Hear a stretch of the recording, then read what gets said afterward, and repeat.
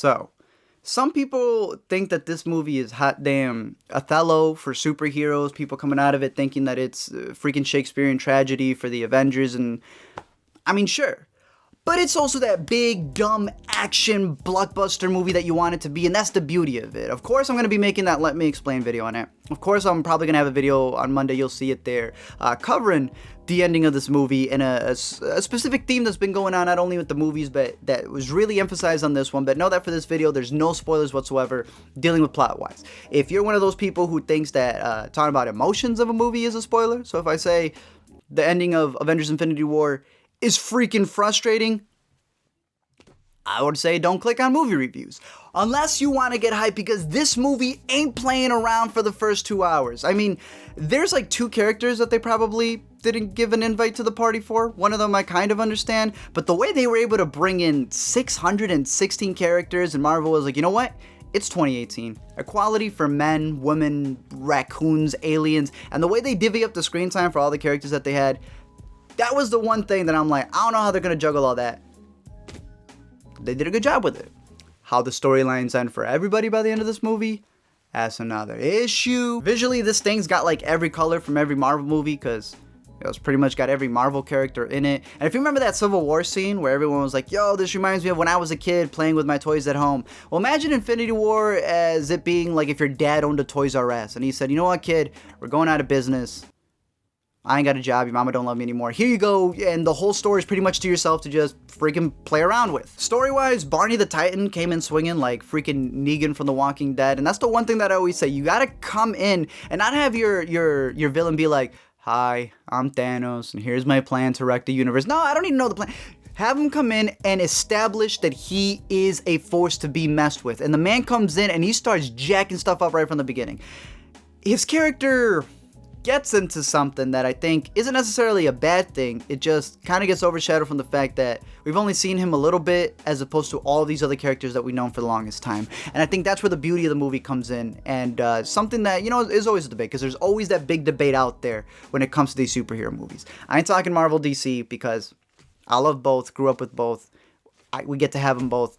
Those of you fighting, go kill each other somewhere else. For me, the big thing about this is the franchise versus indie, the indie versus blockbuster debate, where a lot of people see it, oh, it's just a bunch of sequels and none of them can be standalones because they all have to be connected together. That's the beauty of it. Like when you're watching this movie, even if you haven't seen any of the other ones, you've been living with Patrick under the rock, if you go into this movie, you have these characters that are seeing each other for the first time, so they have that connection of introducing each other. But if you've been with them, if you just did the marathon, you're watching this, and when they reference stuff from the other movies so nonchalantly, it feels lived in. It's fictional, but it feels like an actual universe. But the beauty of the franchise is when you're watching this movie and they're referencing stuff from the past, and you're looking at your buddy, your friend, your SO, whatever it is, and you go, yo, we saw that movie together. And now you're here watching Infinity War, and that's the beauty that you can only get from franchises, this relationship with other people as you're watching these movies. That's why I don't even consider it a movie. If I'm getting super pretentious on it, this is a Fathom event. It's 3 hours. It's a freaking miniseries, if anything. And, you know, it's an event. However, there's then that third act that happens. And y'all said this was Infinity War. But there's an ending. And it's that ending. I ain't saying that this is The Last Jedi in terms of people going in with these crazy high expectations and then they're not met, or that, you know, they go in there and they feel betrayed by the way that the story was covered. Absolutely not. People are going to feel a way about it, maybe kind of like that, because, I mean, some people are very invested in these characters and they're going to lose sleep just with the way that the movie decides to wrap up. I mean, I saw it at midnight. Look at these bags. I can't fly southwest with these. But before I break down some of the things that I didn't like, some of kind of the bad things, I am going to break down 3 good things, right? So 1, Drax is the funniest character, not only in this movie, but probably the MCU. I'm not saying that all of his jokes land, but when they do, you're going to be thinking about them. There's a joke dealing with why. Freaking woke up in the middle of the night and said, that's a funny joke right there. So what I'm saying is that just as it's been solidified that The Godfather Part 2 is better than The Godfather Part 1, Drax might be one of the funniest characters in this universe. 2, Thor probably is the best character in this universe. And that's the beauty about the franchise, that you can love whatever character you connect with the most. Never gonna argue with that. But the thing is, you gotta hear me out here. Thor was never even on my list to begin with, right? Like, there was the Avengers list that included everybody but him. Then my grocery list. Then the double XL freshman list. And then it was like Thor on a sticky note. Something within this year and a half just completely built him up for me. It could be all the behind the scenes stuff where he himself, Chris Hemsworth, was like, I'm gonna fix this character and I'm gonna make it better. Got this whole makeover. Dude is clearly the best looking one. Makes you super jealous. He's the funniest one. He's got the best screen presence because it's like Avengers, you know, it's like Feige knows it. He gave him the most screen time.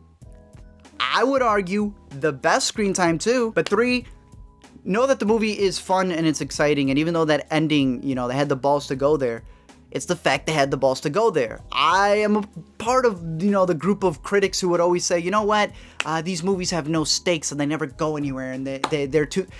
Bro, they shut me up. I didn't talk for the rest of that night after I saw the movie because, you know, they had the balls to actually go there.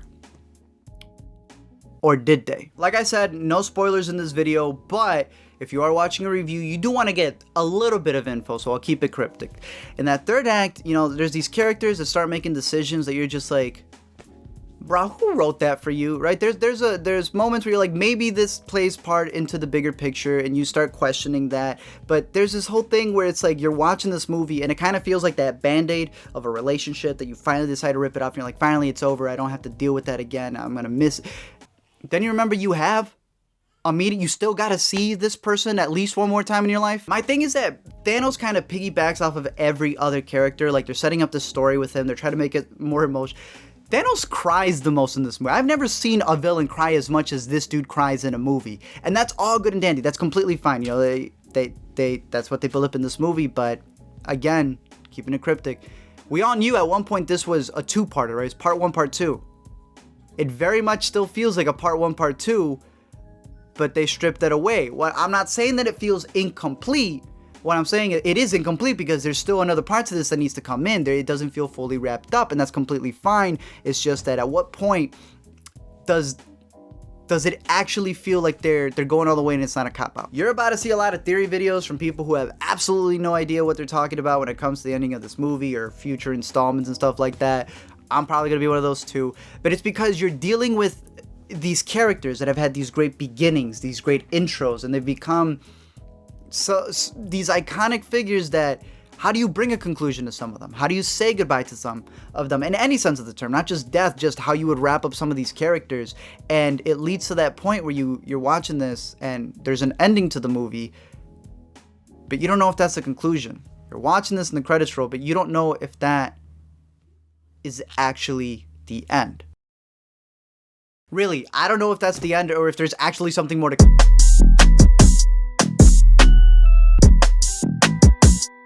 Thank you guys for checking out this video. Definitely let me know down below your thoughts on it. Like I said, try to keep it spoiler free for this one. Some of you won't listen, so be careful, vaya con Dios. I am going to have, like I said, the Let Me Explain, another spoiler one to definitely get into some of the themes and stuff that the movie covers. But know that there is no after credits scene like right after the movie. It's the final one that definitely leads up not only to what is a shout out, a cameo appearance, but adds to that ending. But if you don't have tickets to Avengers Infinity War, and to give a big shout out to Markus Theaters, they're giving it a hookup. Markus Theaters, if you don't know, is if you're in the Midwest, that's the place you got to go to. That's the theater chain. I've been going to Markus Theaters since I was a kid, so it's really cool that you know, I got to talk to them, and we're kind of working out a deal, a little bit of a sponsorship, to not only help me out to be able to catch some of these movies early enough to make videos for you guys, but I'm like, how can I hook my people up? So they gave me, for opening weekend, the screening tickets for you guys. So all you literally have to do is just comment Markus Cinemas and your favorite Marvel character. Make it funny, make it dramatic, emotional, whatever it is, and then I'm going to DM you guys and you'll be able to get that. So it's a little bit of a deal that I think is really cool to not only work with them to help me get a boost on the videos, but also to give something to you guys. So if you guys are in the Chicagoland area, definitely look forward to this. It's probably something that I'll be doing for the Thursday reviews. So a shout out to the patrons, a shout out to Markus for the hookups for you guys, and as well as a shout out to Feige for ruining our sleep.